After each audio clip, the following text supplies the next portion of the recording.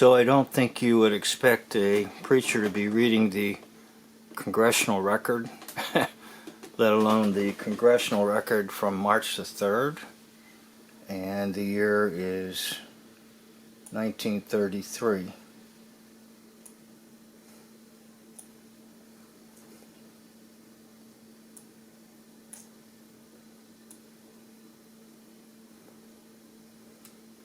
Page 5440, Congressional Record, U.S. Senate.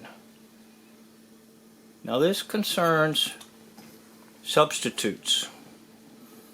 And obviously, in 1933, pharmacies were getting hit with, I think, what we now call generics.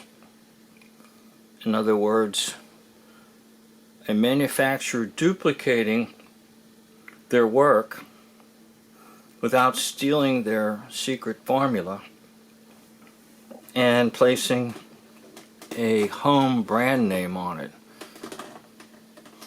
their own home brand name. So for example, you can read here, it says, in the last few months a number of large advertisers have turned from their customary attempts at sales increases through widened markets or uses to defense of their existing sales. The current Absorbing Junior campaign concentrates on warning against the consumer against substitute remedies for athlete's foot. GE lamp advertising warns that poor lamps use more current. Bayer warns against ordinary aspirin.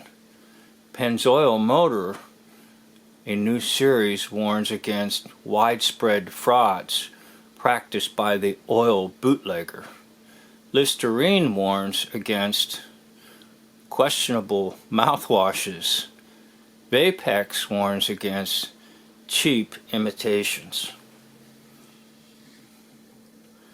So it looks like this was brought to the attention of the U.S. Senate, maybe an attempt to try to get it stopped, I don't know. My purpose in sharing it with you is the whole idea of substitutes. And we have Christ, the Christ, and we have the Antichrist. We also have Christs, plural, which are individuals in history who imitate the coming Antichrist. And then we have the spirit of Antichrist. Now you can find those distinctions in the epistles of John. You can also go to the Apostle Paul.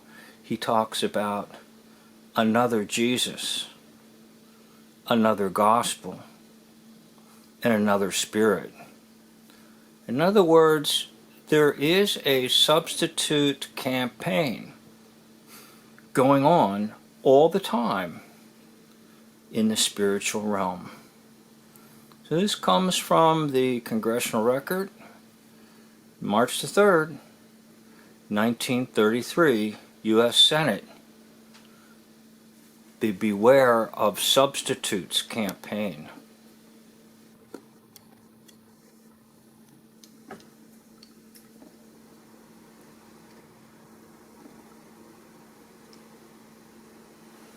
It's yours if you want it for sermon illustration.